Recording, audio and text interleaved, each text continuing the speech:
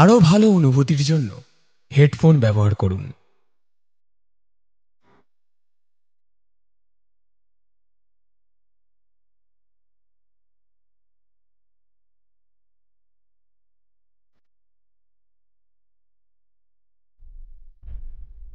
খেয়াল করে দেখবেন প্রত্যেকটা ভূতের গল্প কোনো না কোনো ইতিহাসের সাক্ষী বয়ে চলে। ভূত মানেই অতীত, সে যে কোনো ভালোবাসার হোক বা ঘৃণার, লোভেই হোক বা ক্ষোভে। এই যেমন আজকের গল্প, সেও কিছু না কিছু একটা বয়ে নিয়ে চলেছে বটে। তাহলে শুনে নেওয়া যাক আমাদের আজকের গল্প, শ্রীতানের কলমে প্রেত বাণী।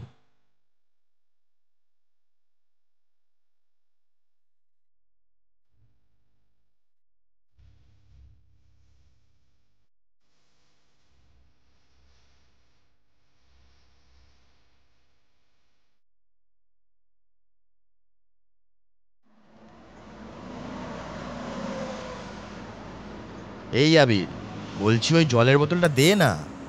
হ্যাঁ, এই নে। আচ্ছা নির্বাণ, আর কতক্ষণ লাগবে বলতে পারবি? ম্যাপে তো দেখাচ্ছে এখনো 15 কিলোমিটার মতো যেতে হবে, তবে এই যা রাস্তা, মনে হয় মোটামুটি 1 ঘন্টা মতো লাগবে। যেতে যেতে সন্ধে হয়ে যাবে। হ্যাঁ হ্যাঁ হ্যাঁ, তাড়াতাড়ি চল ভাই, বড্ড খিদে পেয়ে গেছে। হ্যাঁ, তোর শুধু এই খিদে আর খিদে। এই খিদে আর খিদেটা মানে কি? হ্যাঁ, কি তুই কি বলতে চাইছিস বলতো? আমি কি পেটুক নাকি? কেন, কোনো সন্দেহ আছে? এই তুই কিন্তু এবার বাড়াবাড়ি করছিস কিন্তু। হ্যাঁ আচ্ছা আচ্ছা, ঠিক আছে ঠিক আছে, তোরা আর ঝগড়া করিস না তো, আমার দিকে টেনশন হচ্ছে। আরে ধুর, এত টেনশন করিস না, আগে গিয়ে দেখ না কি হয়। আমি বুঝি না জানিস তো, দাদু হঠাৎ কেন এমন করে তলব দিল, আর এত দূর থেকে যে যাচ্ছি তারপর কি যে কথা শোনাবে আমি সেটাও জানি না। আমি একটা আন্দাজ করতে পারছি। কি আন্দাজ? আমার মনে হয় দাদু ওই সার্কাসের মাঠের ব্যাপারেই আমাদের। সার্কাসের মাঠ কোনোভাবেই বিক্রি হবে না। কিন্তু তুই দাদুর কথাটাও ভাব একটু। ভাবে কিছু নেই বুঝলি তো, ওই মাঠ আমাদের পূর্বপুরুষের। দাদু ওই মাঠ যদি এখন বিক্রি করতে চায় তাহলে রায়বাড়ির ঐতিহ্যটা বিক্রি হয়ে যাবে। আচ্ছা ঠিক আছে, আমরা তো যাচ্ছি, আরে দেখি না কি হয়। কোনোভাবে যদি আমাদের থেকে দাদু টাকাটা নিতে চায়। উনি যা লোক, কোনো মতেই সেটা মেনে নেবেন না। কথা বলতে বলতে হঠাৎই জোরে ব্রেক কষতে হয় নির্বাণকে। গাড়ি চালাতে চালাতে বেশ কিছুবার ব্রেক কষে কষে আসতে হচ্ছিল এই মাটির রাস্তায়। কিন্তু এমন করে হঠাৎ জোরে ব্রেক কষতে রঙ্গন কিছুটা রেগে গিয়ে বলে, কি রে, কি হলো? কি এত জোরে ব্রেক কষলি কেন? নির্বাণ কোনো উত্তর দিল না। ওর চোখ মুখ কেমন যেন ফ্যাকাশে হয়ে গেছে। বাইরে তখন অন্ধকার ভালোভাবে হয়নি। নির্বাণ এক দৃষ্টে সামনের দিকে তাকিয়েছিল। পাশ থেকে আবির বলল, কিরে, সামনে কি দেখছিস? নির্বাণ কোনো সাড়া দিল না। আবির ওর গায়ে হাত দিয়ে ডাকতে সে কিছুটা চমকে উঠে বলল, এই নির্বাণ। হ্যাঁ হ্যাঁ হ্যাঁ হ্যাঁ, বল। কি দেখছিলি কি ওদিকে? আরে এত জোরে ব্রেক কষলি কেন? হ্যাঁ, সামনে তো কোনো বাম্পার নেই। তাহলে? না, আসলে আমার মনে হলো যে আমি একজনকে দেখলাম, আলোটা কমে এসেছিল তাই মুখটা ঠিক দেখতে পেলাম না। এমন সময় গাড়ির কাঁচে হঠাৎই ঠক করে আওয়াজ হয়। শুনে তিনজনে চমকে যায়। নির্বাণ পাশে তাকিয়ে গাড়ির ভেতরের আলো জেলে দেখে বাইরে একটা ধবধবে সাদা রঙের মুখ। এই কি, বাইরেও কে দাঁড়িয়ে?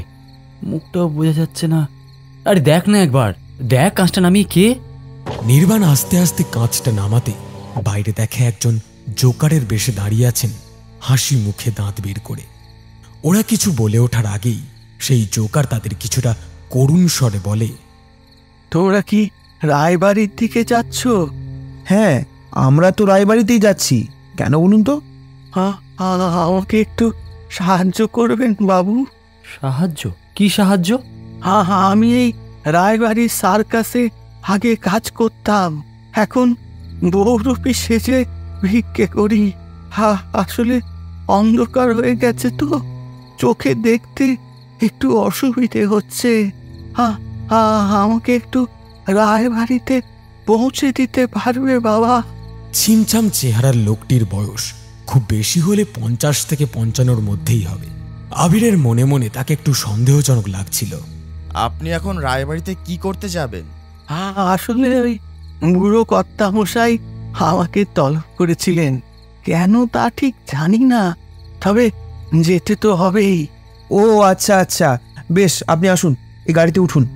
লোকটি গাড়ির পিছনের সিটে ওঠার পর সামনের সিট থেকে আবির রিয়ার ভিউ মিররে লক্ষ্য করছিল লোকটা কেমন গুটিসুটি মেরে উবু হয়ে বসে আছে। গাড়িতে যাওয়ার অভ্যেস নেই ওনার সাথে যে থাইকা ছিল সেটা নিয়ে উনি বেশ কিছুক্ষণ এমন করে বসেছিলেন। তারপর রঙ্গন তাকে বলে, আচ্ছা, আপনি তাহলে এমন সার্কাসের জোকার সেজে আছেন কেন? মানে আপনি তো বহুরূপী বললেন, তাহলে হঠাৎ জোকারই কেন? আসলে জোকার দেখতে বাচ্চারা বেশ ভালোবাসে তো, তাই একটু ওই বল নিয়ে খেলা দেখালে 2 পয়সা বেশি পাবো। ও আচ্ছা আচ্ছা আচ্ছা, বুঝলাম। তা আপনার বাড়িটা কোথায়? এই তাজপুরেই। আসলে গ্রামের দিকে এখন আর সার্কাস তো চলে না, তাই আর কি। আপনার নাম কি? শুনেই লোকটা চমকে গেল। আগে বললাম আপনার নাম কি? লোকটি কোনো উত্তর দিল না, বরং চোখে মুখে কেমন যেন ঘাম নেমে এলো, একটা অদ্ভুত অপ্রয়োজনীয় ভয়ের ছাপ। কি হলো কি? বলুন আপনার নাম কি? হ্যাঁ, আমার নাম। লোকটার নাম বলতে যাবেই এমন সময় রঙ্গন হঠাৎ বলে ওঠে, এই এই এই, গাড়িটা একটু থামাবি? সে কি, কেন? আর এমার্জেন্সি আছে। উফ, তোরা না সব সময় একই জিনিস। আরে মাঠের কাছে তো এসেই গেছি, একটু দাঁড়িয়ে যা না। তুমি কি বাইরে যাবে এখন? হ্যাঁ, যেতেই হবে, না হলে খুব সমস্যা হবে বাকি রাস্তা। বাবু, আর কিছুক্ষণ একটু কষ্ট করলে কিন্তু ভালো হয়। ওই একেবারে বাড়ি গিয়েই। না না, আপনি বুঝতে পারছেন না, আমাকে যেতেই হবে।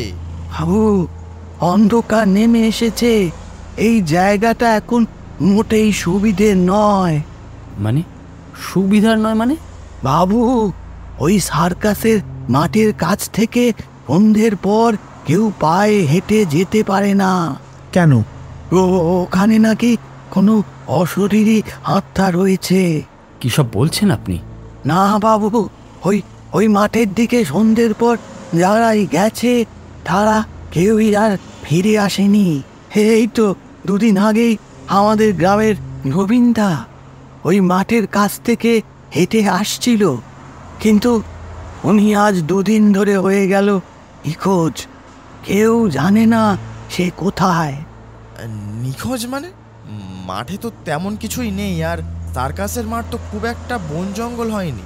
বাবু, রায়বাড়ির ইতিহাসে ওই মাঠ এখন অভিশপ্ত মাঠ, তাই তো ওই মাঠ বিক্রি করে দিতে চাইছে বড় বাবু। আপনাকে এসব কথা কে বলতে বলেছে? কথা তো হাওয়ায় ভাসে বাবু। শুনুন, ওই মাঠ আমাদের 3 জন ওই রায় পরিবারের বংশধর। ওই মাঠ আমরা কিছুতেই বিক্রি হতে দেব না। বলেন কি বাবু, আপনারা ওই রায়বাড়ির ছেলে? হ্যাঁ, রায়বাড়ির ছেলে। শোনো, তুমি কিন্তু অনেক বেশি বাজে কথা বলছো এবারে। আমাদের মাঠে কোনো অভিশাপ নেই, আর আমরা মাঠটাও বিক্রি করব না। মাঠে অভিশাপ তো 20 বছর ধরে আছে বাবু, তোমরা তখন অনেক ছোট। এবার সার্কাসে অনেক লোক এসেছিল, যতদূর মনে পড়ে 2000 কি 2001 সাল। সার্কাসে তখন ওই হুল্লোড় চলছে। আমাদের দলের মূল আকর্ষণ জোকার ভানু মিত্তির। আমি, রবি আর মনিদা তখন ওই স্টেজে পেছনে মজা করছি। আরে শুনেছো মনিদা, এইবার নাকি আফ্রিকা থেকে বড় আর্টিস্ট এনেছে বড় বাবু। কি? আফ্রিকা? হ্যাঁ গো, আরে আমি দেখলুম, পুরো কালো কুচকুচে গায়ের রং, আর চোখ দুটো কি? উফ, পুরো যেন ছবির মতো, ভয়ঙ্কর সুন্দর। ভয়ঙ্কর সুন্দর বলিস কি? হ্যাঁ রে। এই, তোরা চুপ কর তো। বড়বাবু নাকি আফ্রিকা থেকে আর্টিস্ট আনবে। শোন, এই যে আমাদের কেল্টে, একেও যদি এখন 1 চিমটে আলকাতরা মিশিয়ে দিই, তাহলেই মনে হবে আফ্রিকা থেকে এসেছে, বুঝলি? কি যে বলো না মনিদা, পারো বটে। কি হচ্ছে নাকি এখানে? তোরা গোপালের গায়ের রঙে ইয়ার্কি মারছিস তাই না? হ্যাঁ, ওর গায়ের রংটা কালো বলে ওকে কেলটে, কেলে, মানিক এসব বলা যায়, তাই তো? ও মানে আপনার নামই গোপাল তাহলে? আর আমাদের আশালতার গায়ের রঙও তো অনেকটাই কালো। হ্যাঁ, গোপাল ঘোষ। ভানু দাদা আমার বড় দাদার মতো। আফ্রিকা থেকে আর্টিস্ট আসা নিয়ে সেবার রবি যা বলেছিল সে কথা ভানুদা শুনে বলে, তোরা কিন্তু মিথ্যে রটানোটা বন্ধ কর। কোনো আফ্রিকা থেকে আর্টিস্ট আসছে না। ওই মহিলার গায়ের রংটা একটু কালো, আর তার উপরে ওনাকে আরও কালো সাজিয়ে একজন আদিবাসীর ভূমিকায় অভিনয় করতে বলা হয়েছে। আর উনি একজন অভিনেত্রী, নাটক করবেন এখানে, কি বুঝলি? ভানু দাদার কথাতে তখন আমরা চুপ করে নিজেদের কাজে মন দিলাম। তার ঠিক মিনিট 15 পরেই হঠাৎ এক শোরগোলের আওয়াজ পেলাম। চারিদিকে চিৎকার, কান্না, হাহাকার।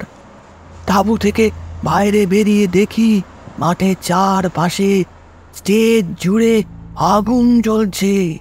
দাউ দাউ করে আগুন জ্বলছে। সব কিছু পুড়ে ছারকার হয়ে গেল। কত লোক মারা গেল, কত লোক ঘায়েল হলো। আর তারই মধ্যে ভানুদা যে কোথায় হারিয়ে গেল। হারিয়ে গেল? হ্যাঁ, তবে সবাই বলে যে ওই আগুনেই নাকি সার্কাসের তাঁবুর সাথে ভানু দাদা মারা গেছিল। কিন্তু কিন্তু ওনার মৃতদেহ কেউ পায়নি, আর সেই কারণে তাকে পোড়ানো হয়নি। তাই সবাই বলে ওই মাঠে এখনো তার অতৃপ্ত আত্মা ঘুরে বেড়ায়। আর তাই যেই ওই মাঠে সন্ধ্যের পরে যায় সে আর ফিরে আসে না। তুমিও যেও না বাবু, তুমিও যেও না। সবই তো বুঝলাম গোপাল দাদা, কিন্তু আমাকে এবার যেতেই হবে। আমি আর পারছি না গো। এই নির্বাণ গাড়িটা প্লিজ একটু সাইড কর। রঙ্গন কোনো কথা শুনল না গোপাল বাবুর। সে একাই গেল। আরে ভাই, এই সব ভূত প্রেতের কথা শুনে কি মানুষ বাথরুমে যাবে না? যত সব জাতা কথা। শীষ দিতে দিতে যখন রঙ্গন মাঠের এক ধারে দাঁড়িয়েছিল, তখন হঠাৎ সে অনুভব করল চারিদিকে ঝিঁঝি পোকার ডাক কেমন যেন থেমে গেছে, নিস্তব্ধ হয়ে গেছে তার আশেপাশে। রঙ্গন একটু ঘাবড়ে গিয়েছিল, তবে খুব একটা চিন্তিত হলো না। তারপরেই হঠাৎ একটা ভীষণ পচা গন্ধ পেতে শুরু করলো পাশেই অসত্য গাছটা থেকে। পচা গন্ধটা ঠিক কোন জিনিস থেকে আসছে সেটা আর ঠাহর করতে পারল না সে। ইস, কি বিচ্ছিরি একটা গন্ধ। কোথা থেকে আসছে এই গন্ধটা? এতক্ষণ তো কই আসেনি, তাহলে হঠাৎ এখন? বলতে বলতেই রঙ্গন হঠাৎ তার কানের পাশ থেকে একটা সরু ঠান্ডা হাওয়া অনুভব করল। এ কি, কেমন যেন একটা ঠান্ডা হাওয়া বয়ে গেল, যেন মনে হলো কেউ ফু দিল কানের কাছে। না না, কেমন একটা করছে শরীরটা। গন্ধটা আসছে বড্ড, এবার গা গুলিয়ে উঠছে কিন্তু। এই বলে রঙ্গন গাড়ির দিকে এগিয়ে যাবে, পিছন দিকে ঘুরে তাকাতেই এমন এক দৃশ্য দেখল যা দেখে সে চমকে উঠল। রঙ্গন দেখে তার সামনে এক দৃষ্টে তাকিয়ে রয়েছে একটি চোকার বেশের লোক, আর মুখে একগাল হাসি। সেই হাসি সার্কাসের অনুষ্ঠানে যত বেশি রসিক। রাতের অন্ধকারে সাদা মুখে, লাল গোল নাকের নিচে লম্বা লাল ঠোঁটে তত বেশি ভয়ঙ্কর। রঙ্গনও সেই ভয় থেকে নিজেকে সরিয়ে রাখতে পারল না। এ কি আপনি? উফ, আমি তো একেবারে ভয় পেয়ে গিয়েছিলাম। তা আপনি এমনভাবে পিছনে দাঁড়িয়ে আছেন কেন? রঙ্গন জোকারটিকে গোপালবাবু মনে করে এই কথাগুলো বলেছে ঠিকই, কিন্তু কিছু সেকেন্ডের মধ্যেই তার এই ধারণা ভেঙে যায় এবং চোখের সামনে সে এমন এক দৃশ্য দেখে যা তার সারা শরীর শিহরিত করে দেয়। রঙ্গন দেখে তার সামনে দাঁড়িয়ে থাকা সেই জোকারের লম্বা হাসি ধীরে ধীরে আরো লম্বা আর ভয়ঙ্কর হতে থাকে। জোকারের দেহ যেন চোখের সামনে বৃহৎ আকার ধারণ করতে শুরু করে। তারপর সেই ভয়ঙ্কর দৃশ্যটা ঘটে যা রঙ্গন একেবারেই বিশ্বাস করতে পারে না। সে দেখে ওই জোকারের দুই চোখ নিজে থেকে গুলির আওয়াজে ফেটে চৌচির হয়ে যায়। রক্তপাত হতে থাকে তার দুই চোখ বেয়ে। মুখ থেকে গল গল করে বেরিয়ে আসে রক্তের গঙ্গা। তার গলার নলি কেটে যায় নিচে থেকেই। সাথে সাথে তার মুন্ডু যেন তার ধর থেকে প্রায় আলাদা হয়ে আসছে। রঙ্গন ভয়ে চিৎকার করে ওঠে। না না না! কিন্তু তার চিৎকার শোনার মতো কেউ নেই। চারিদিকে ফাঁকা মাঠ যেন গিলে খেতে আসছে তাকে, যেন কাক পক্ষীও টের পাচ্ছে না তার এই ভয়ের আর্তনাদ। এবং মুহূর্তের মধ্যেই মাঠের চারপাশে দাউ দাউ করে আগুন জ্বলে ওঠে। রঙ্গন আরো জোরে চিৎকার করে, কিন্তু তার সেই চিৎকার যেন তার গলা থেকে কোনো মতেই বেশি দূর পৌঁছতে পারছে না। রঙ্গন ভয়ে মাটিতে পড়ে যায়। ওই বৃহৎ অশরীরী জোকারের শরীর রঙ্গনের দিকে আরো এগিয়ে আসে, তার হাতে একটা কুঠার। রঙ্গনের শরীর তখন প্রায় জ্ঞানহীন হয়ে এসেছে, তবুও সে কাতর আর্তনাদ করার চেষ্টা করল। মেরো না আমাকে, মেরো না প্লিজ, আমাকে মেরো না। কিন্তু তার সেই আর্তনাদ শোনেনি সেই রক্তাক্ত অশরীরী জোকার। তার হাতে থাকা কুঠার নিয়ে রঙ্গনের গলায় এক ছোবলে কোপ বসিয়ে দেয়। না না!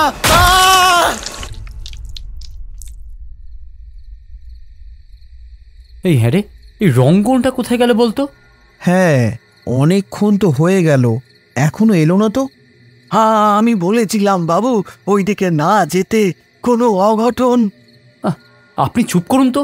এই নির্বাণ, যত আমরা বেরিয়ে একবার দেখি। হ্যাঁ, সেই ভালো, চ একটু দেখি বেরিয়ে। এদিকে নেটওয়ার্কও তেমন নেই, কোনো প্রবলেম হলে ফোনও করতে পারবে না। আরে হ্যাঁ, চ চ। হ্যাঁ হ্যাঁ, আমিও যাই তোমাদের সাথে। না, তার কোনো প্রয়োজন নেই, আপনি বরং গাড়িতেই থাকুন। হ্যাঁ, আমরা দেখছি। এই মাঠের দক্ষিণ দিকে জঙ্গল আছে, ওদিকে তোমরা যেও না কিন্তু। জঙ্গলের দিকে? কিন্তু ওই দিকে কি রঙ্গন যাবে? ওর যেমন মাথা খারাপ, যেতেও পারে। ওই জঙ্গলের দিকে তোমরা যেও না বাবু, ওইদিকে গেলে বিপদ আছে। আপনি কেন সব বলছেন বলুন তো? আমরা তো বললাম আমাদের কিছু হবে না। রঙ্গন এখনো ফিরল না, 15 মিনিট হতে চললো, এত সময় তো লাগার কথা নয়। এই নির্বাণ, চ বেরো।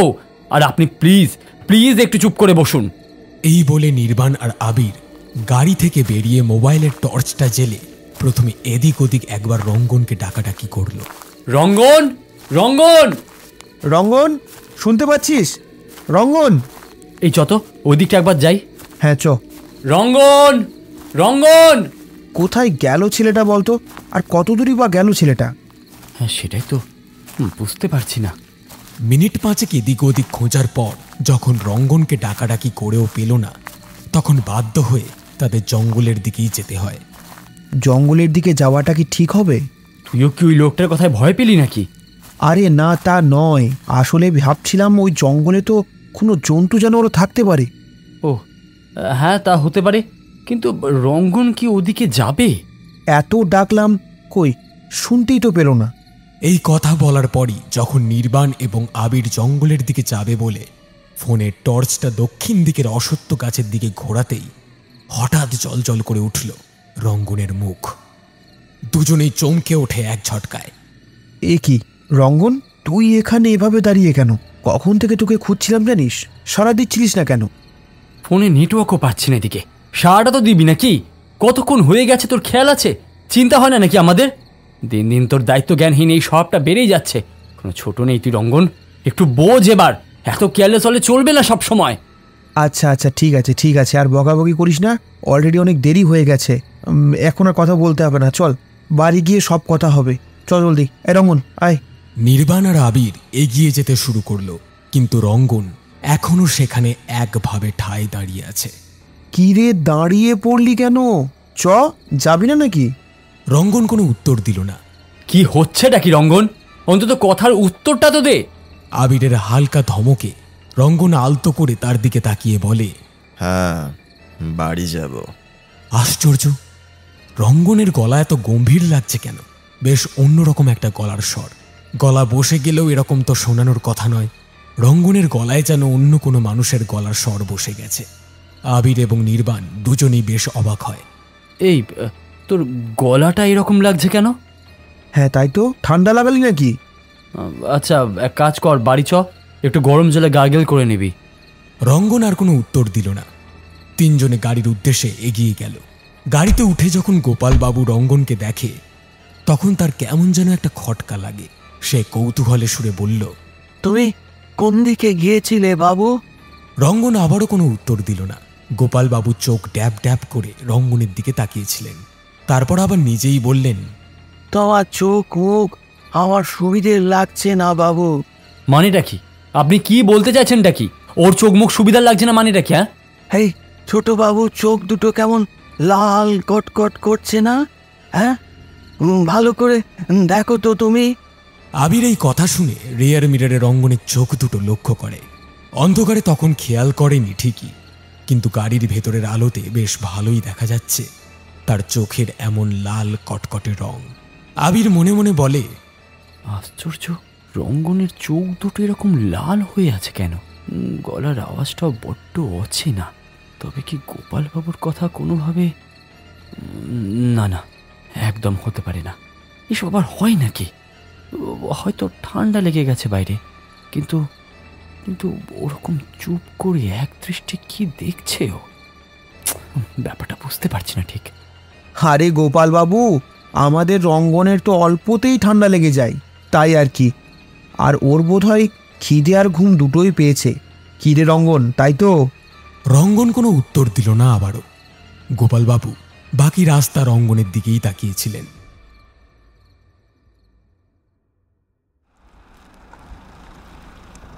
কিছুক্ষণের মধ্যেই ওরা পৌঁছে গেল রায়বাড়ি। গাড়ি থেকে নেমে আবির আর নির্বাণ ব্যাগপত্র নিয়ে আসছিল। রঙ্গনের হাতেও একটা ব্যাগ ছিল। সবাই একে একে ভেতরে ঢুকে যায়। বাড়ির চাকর দিনু ওদের আসার খবর দেয় তাদের দাদু অর্থাৎ রায়বাড়ির কর্তা ভজনকান্তি রায়কে। সবাই যখন বাড়ির ভেতর ঢুকে গেছে, তখনই বাড়ির সদর দরজায় পা রাখার সাথে সাথেই রঙ্গনের শরীরে যেন বিদ্যুতের ছটকা লাগার মতো কেঁপে ওঠে।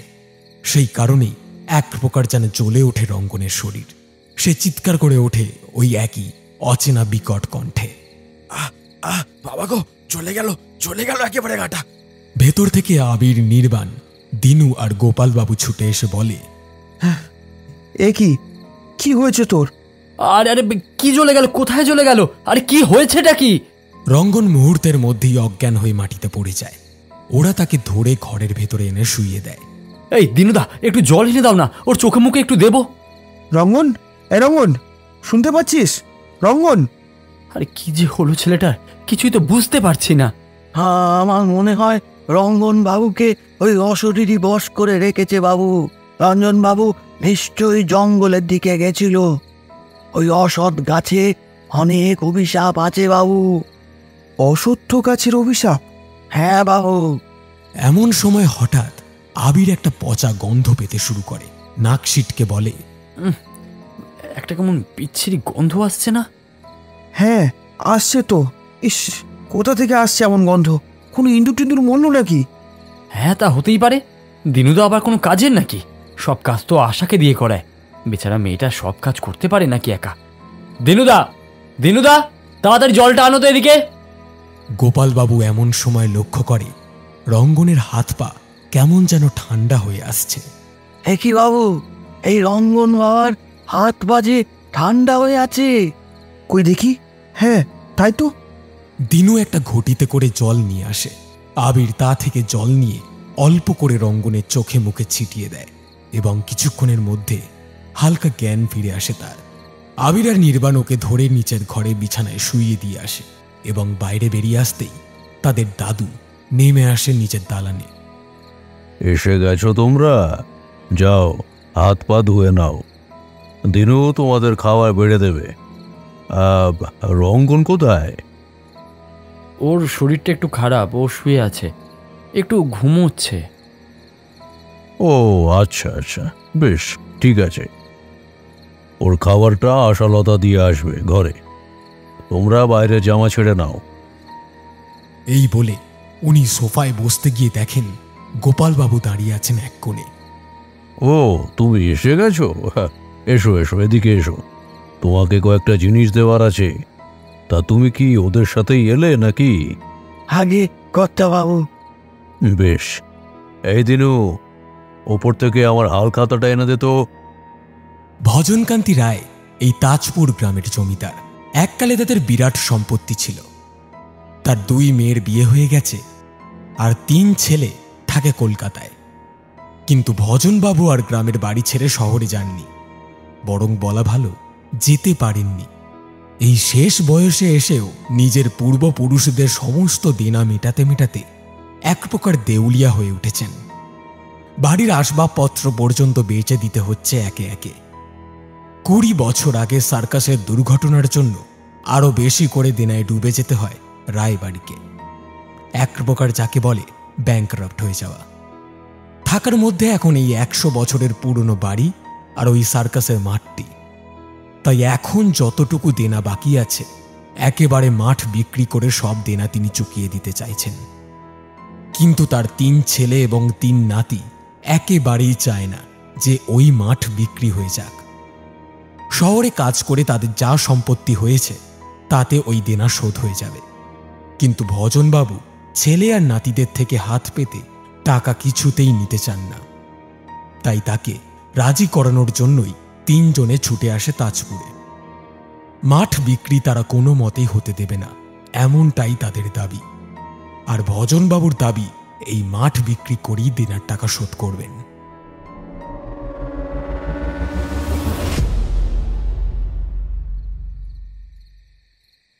রাত বেড়েছে, গ্রামের দিকে ভালোই ঠান্ডা পড়েছে।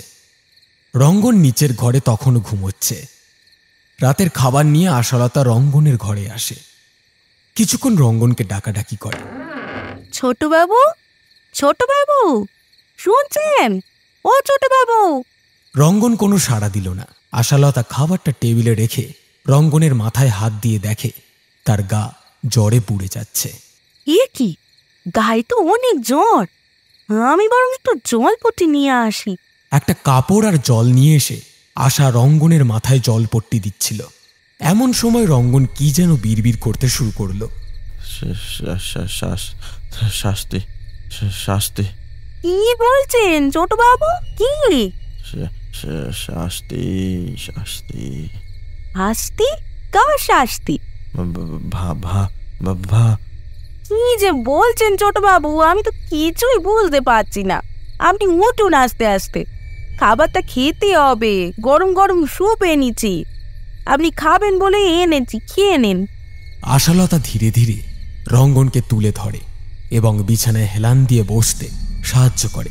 খাবারটা নিতে যাবে বলে টেবিলের দিকে উঠতে যাচ্ছিল, এমন সময় রঙ্গন আশালতার হাতটা ধরে নেয়। হে, কি করছেন ছোটবাবু? হাতটা ছাড়ুন।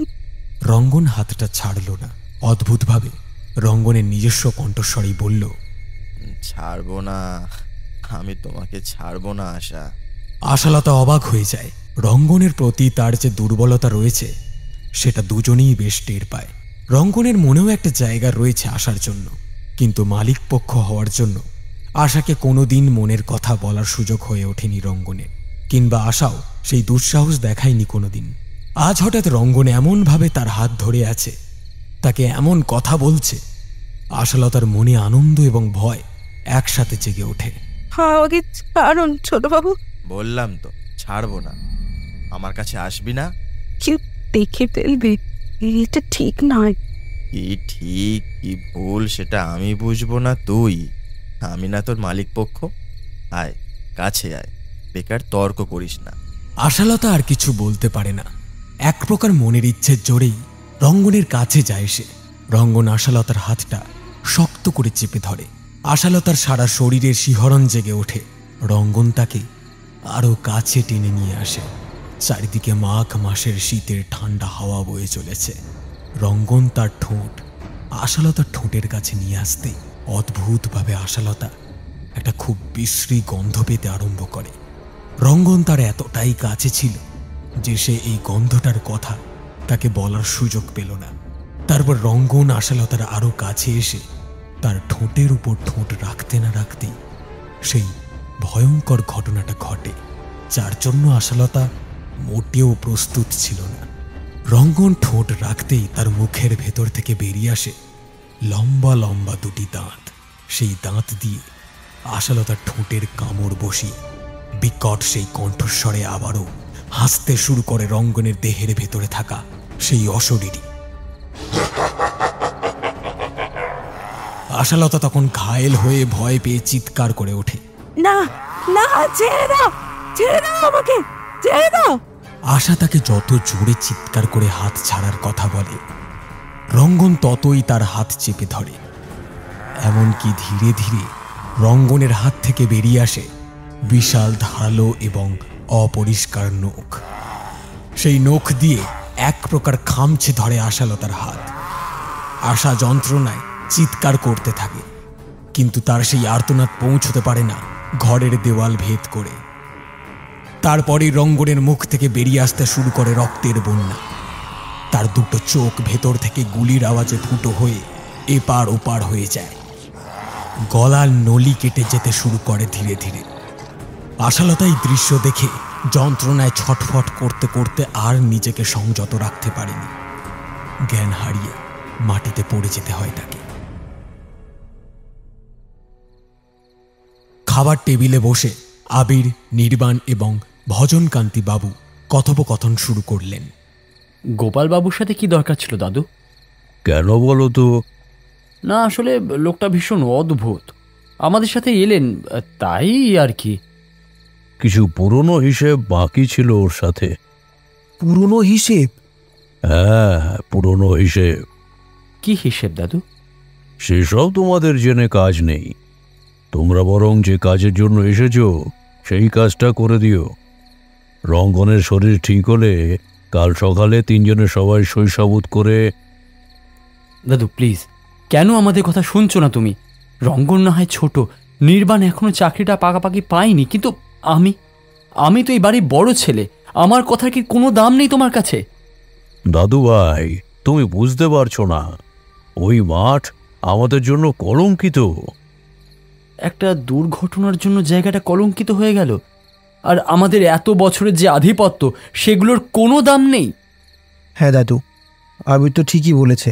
আমাদের পূর্বপুরুষের সব কিছু বিক্রি করেছো তুমি একে একে, আর যতটুকু বাকি তুমি ওটাও বিক্রি করো না। আমরা তো বলছি আমরা আছি, আর তোমার পূর্বপুরুষ কি আমাদের পূর্বপুরুষ নয়? তাহলে কেন আমরা পারবো না ওই টাকা শোধ করতে? কলকাতা থেকে বাবা কিন্তু অনেকগুলো টাকা পাঠিয়েছে দাদু, তাতে তোমার দেনা শোধ হয়ে যাবে। তুমি প্লিজ দাদু ওই মাঠটা বিক্রি করো না। ওই মাঠে আমাদের ছেলেবেলা আছে, আমাদের বাবাদের ছেলেবেলা আছে। প্লিজ দাদু। হ্যাঁ দাদু, প্লিজ তুমি এটা করো না। না না দাদু ভাই, তোমরা বুঝতে পারছো না। তোমরা সত্যিটা জানো না। সত্যিটা জানলে তোমরা নিজে ওই মাঠ বিক্রি করে দিতে। কি সত্যি দাদু? তুমি কোন সত্যির কথা বলছো? এমন কি সত্যি আছে যেটা আমরা জানি না? তুমি আমাদেরকে বলো। আমি তোমাদের সেই কথা বলতে পারবো না। কেন বলতে পারবে না? এই সত্যি আমি 20 বছর ধরে লুকিয়ে রেখেছি, এবং মৃত্যু আমি লুকিয়েই রাখব। রঙ্গনের জন্য এই সত্যি আমাকে লুকাতেই হবে। রঙ্গনের জন্য? কেন দাদু? রঙ্গনের সাথে কিভাবে এসব জড়িত বলো। রঙ্গনের সাথে নয়, রঙ্গনের বাবা মানে তোমাদের ছোট কাকা আমার ছোট ছেলে রতিকান্ত রায়ের সাথে যুক্ত। ছোটকার সাথে কিভাবে জড়িত? সে কথা আমি তোমাদের বলতে পারবো না। দরকার হলে ছোট কাকুকে আমি এইখানে ডেকে নিয়ে আসবো দাদু, কিন্তু সত্যিটা তোমাকে বলতেই হবে। আমাকে জোর করো না দাদু ভাই। ছোটকাকে আমরা এখানে নিয়ে আসবোই দাদু, তাতে তুমি আমাদের সত্যিটা বলো কি না বলো। দাদু ভাই, তোমরা জেনে বুঝে এমন কিছু করো না যা কোনো অনর্থ ঘটায়। সত্যিটা সহ্য করার ক্ষমতা তোমাদের হয়নি এখনো। সত্যিটা সবসময় তেতোই হয় দাদু, কিন্তু সেটা আমরা এড়িয়ে যেতে পারি না।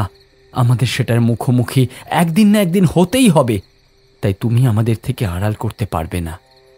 তোমরা কিন্তু ধারণা করতে পারছো না তোমরা কি করতে চলেছ। আমরা সব কিছুর জন্যই নিজেদের প্রস্তুত রাখব।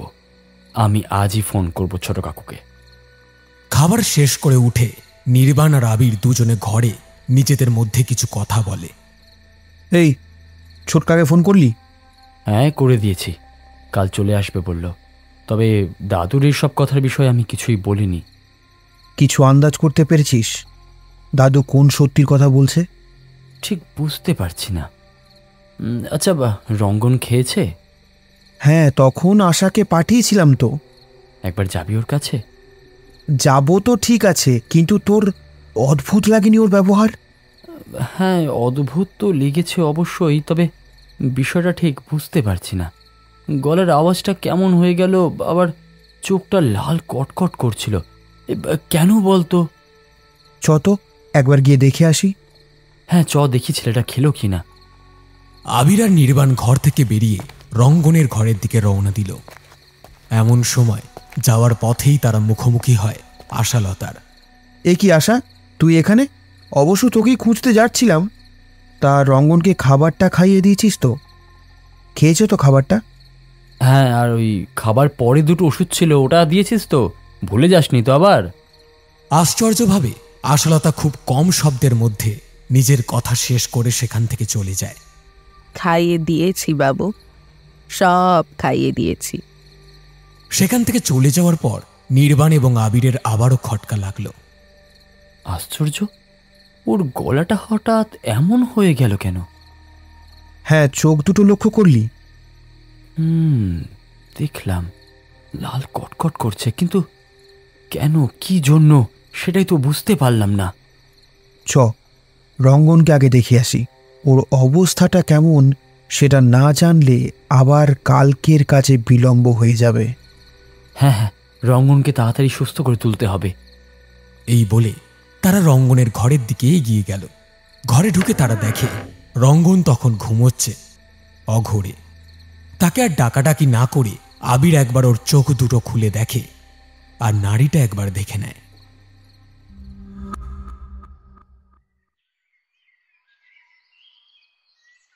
এরপর পরের দিন সকালবেলা দিনু এসে আবির আর নির্বাণকে ডাকাডাকি করে।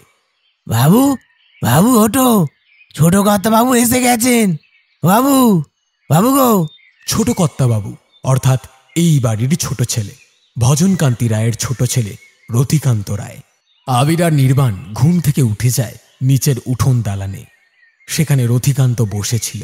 এই দিনু, আশাকে বল আমায় এক কাপ চা দিয়ে যেতে। রথিকান্ত বাবু স্বভাবে বেশ বদমেজাজি, রকচটা। কোনো কথাই উনি সাধারণভাবে বলতে পারেন না। ছোটকা, এসে গেছো? হ্যাঁ, তোরা এমনভাবে হঠাৎ তলব দিলি যে না এসে থাকতেই পারলাম না। কি যে বলো ছোটকা, দাদু এত বড় একটা সিদ্ধান্ত নিচ্ছে, আমরা তিনজনে কি আর সবটা করতে পারি বলো? একটা গার্জিয়ান না থাকলে একটু অসুবিধা হয়, সেই আর কি। ঠিক আছে, আর অসুবিধা হবে না। তবে ওই বুড়ো কোথায়? কোথায় সেই জেদি লোকটা? এই বাড়ি বিক্রি করলে তবে তার স্বাদ মিটবে। দাদু তো ওপরেই আছে, তুমি চাইলে দেখা করে আসতে পারো। থাক, কোনো প্রয়োজন নেই। বরং তোরা বল আমাকে এখানে হঠাৎ ডাকলি কেন? কি প্রয়োজন আমাকে? ছোটকা প্লিজ, তুমি রাগ করো না।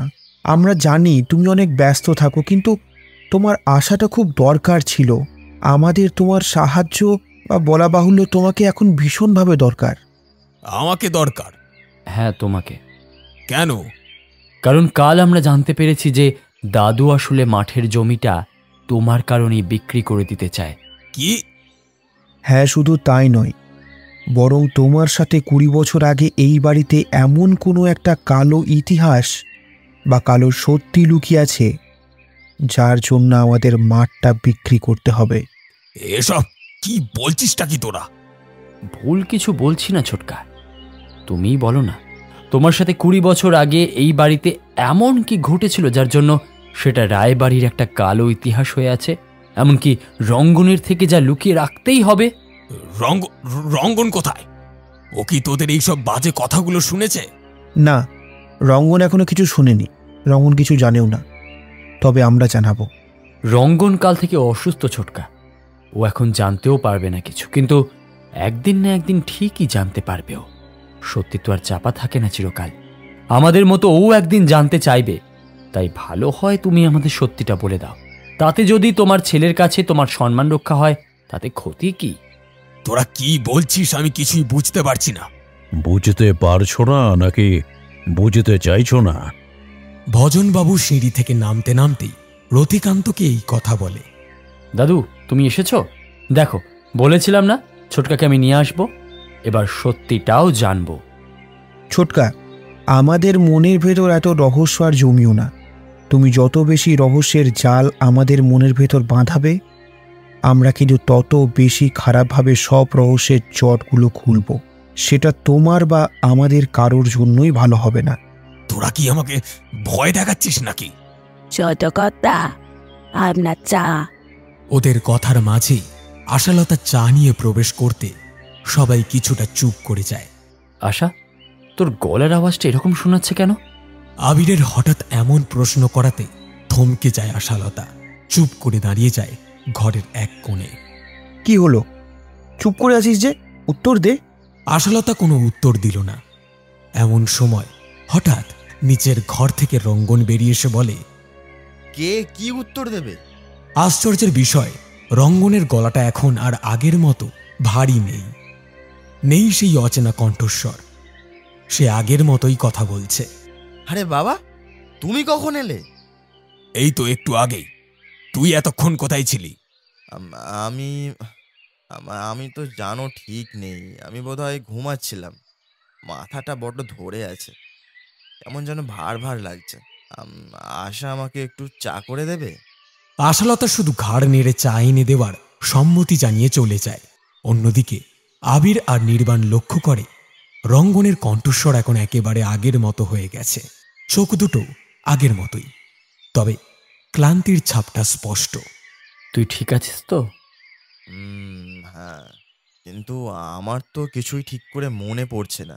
কখন এলাম, কখন খেলাম, আর কখনই বা ঘুমালাম। কিছুই মনে পড়ছে না।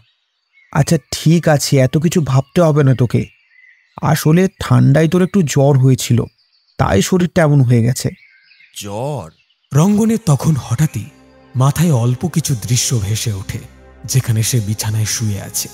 আশালতা তার কপালে হাত রেখে বলছে, আপনার তো জ্বরে গা পুড়ে যাচ্ছে ছোট বাবু। মাথায় জলপট্টি দিচ্ছে। সে আশালতার কাছে যাচ্ছে, আর এই সব ভাবতে ভাবতেই আরো মাথা ধরে আসে রঙ্গনের। এমন সময় আশালতাও চা নিয়ে রঙ্গনের সামনে আসে। রঙ্গন হাত বাড়িয়ে চা নিতে যাওয়ার সময় আশালতার হাতের সাথে তার হাত স্পর্শ হতেই রঙ্গন এক প্রকার ছ্যাঁকা লাগার মতো চমকে ওঠে। আহ, কি হলো? কি হলোটা কি? ছ্যাঁকা লাগলো তো জোরে। রঙ্গন এই বলে আশালতার দিকে তাকিয়ে দেখে আশা কেমন যেন গুম মেরে দাঁড়িয়ে আছে। রঙ্গনের কাছে সে কখনো এমনভাবে দাঁড়িয়ে থাকে না। তাই কৌতূহলী হয়ে সে আশার কাছে গিয়ে তাকে বলে, আরে এইভাবে দাঁড়িয়ে আছো যে, তোমার কি কিছু হয়েছে নাকি? আর তোমার চোখে কি হয়েছে? রঙ্গনের কথার কোনো উত্তর দিল না আশা। শুধু তার কটকটে লাল চোখ দুটো তুলে রঙ্গনের চোখের দিকে তাকালো। কি দেখছো বলো তো এভাবে? আশালতার এইভাবে তাকানো এতক্ষণে সবারই নজরে পড়েছে। কি হচ্ছে নাকি আশা? ছোটবাবু যা বলছে তার উত্তর দাও। আশা, তুমি চুপ করে আছো কেন? এমন সময় রঙ্গন ইচ্ছে করেই আশালতার হাত ধরে। আর ঠিক তখনই আশালতার সারা শরীর যেন ধীরে ধীরে এক অদ্ভুত রূপ নিতে শুরু করে। সে এক বিকট পুরুষালী কণ্ঠে বলে ওঠে, ছেড়ে দেব? তোর গলাটা এরকম শোনাচ্ছে কেন?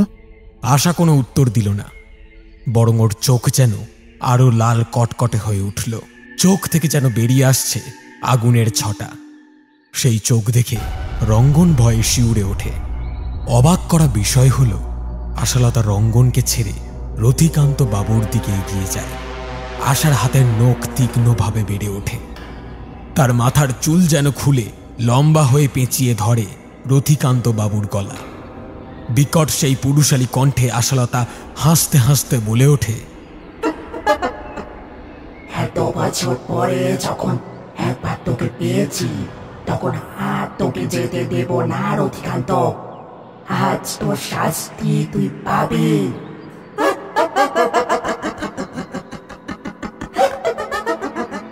রতিকান্তের গলা পেঁচিয়ে ধরে আশালতা। তার ধারালো নখ দিয়ে গলার নিচ থেকে চিড়ে দেয় এক আঁচড়ে। যন্ত্রণায় চিৎকার করে ওঠে রতিকান্ত।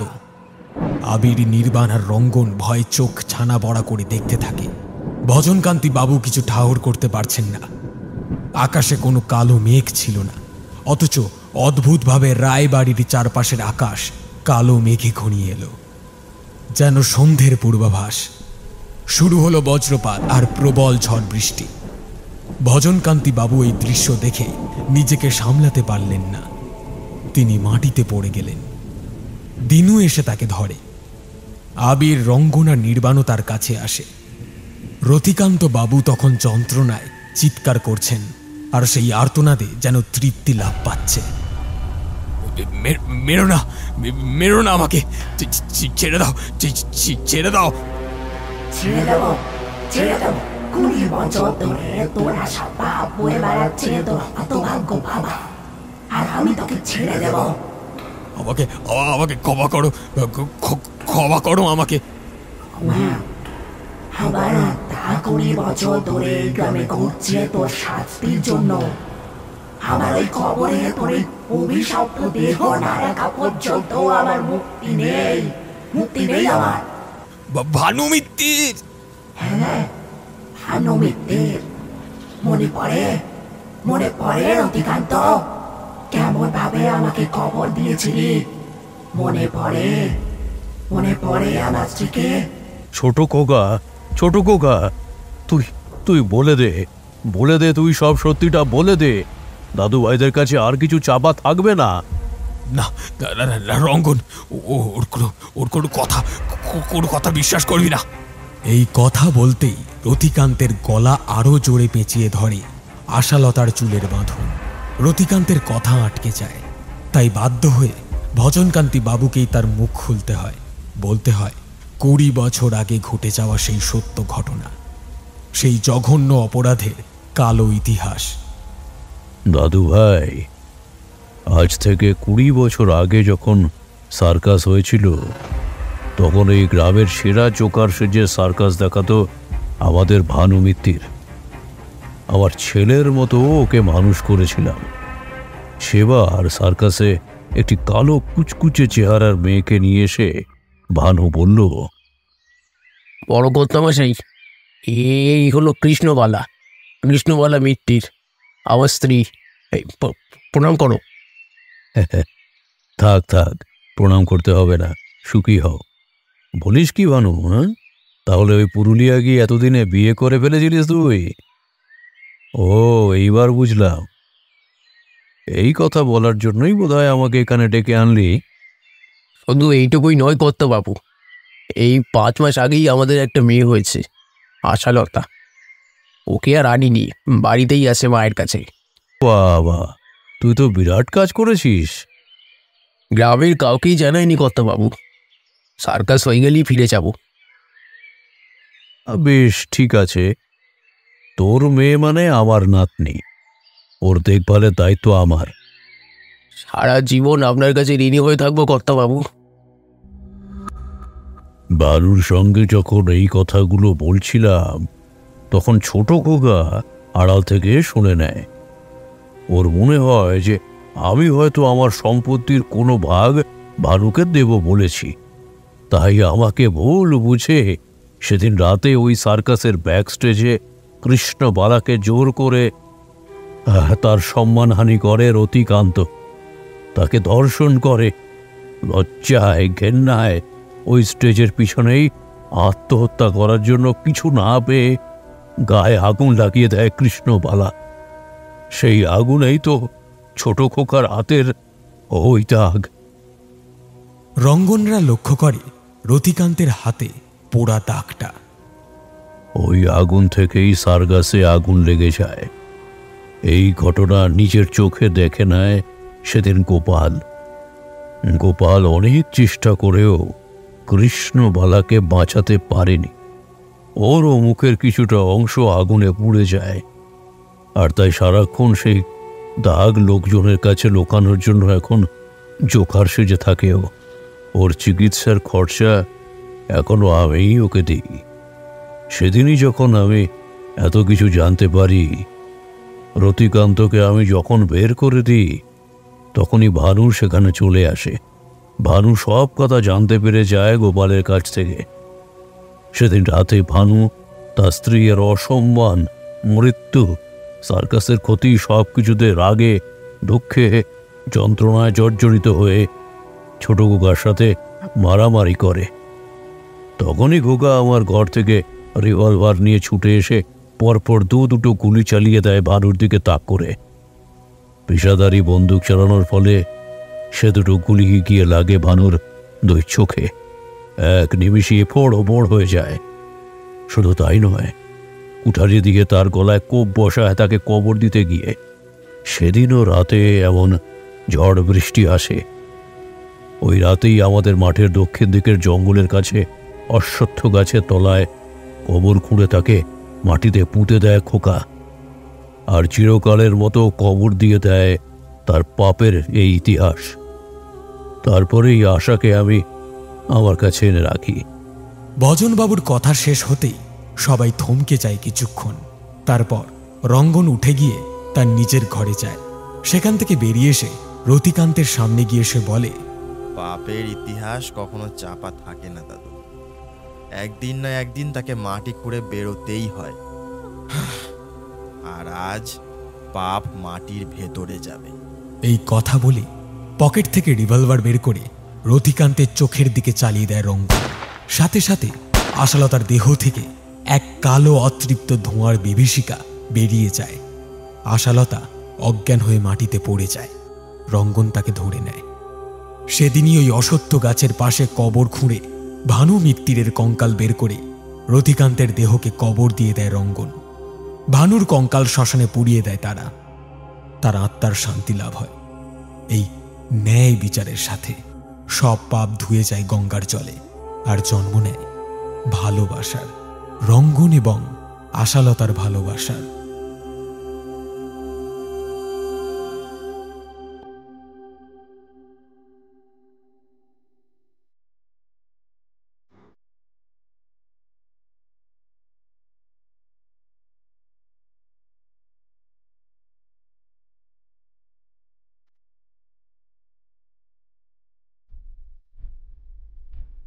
শুনছিলেন আজকের পরিবেশনা প্রেত ভানু।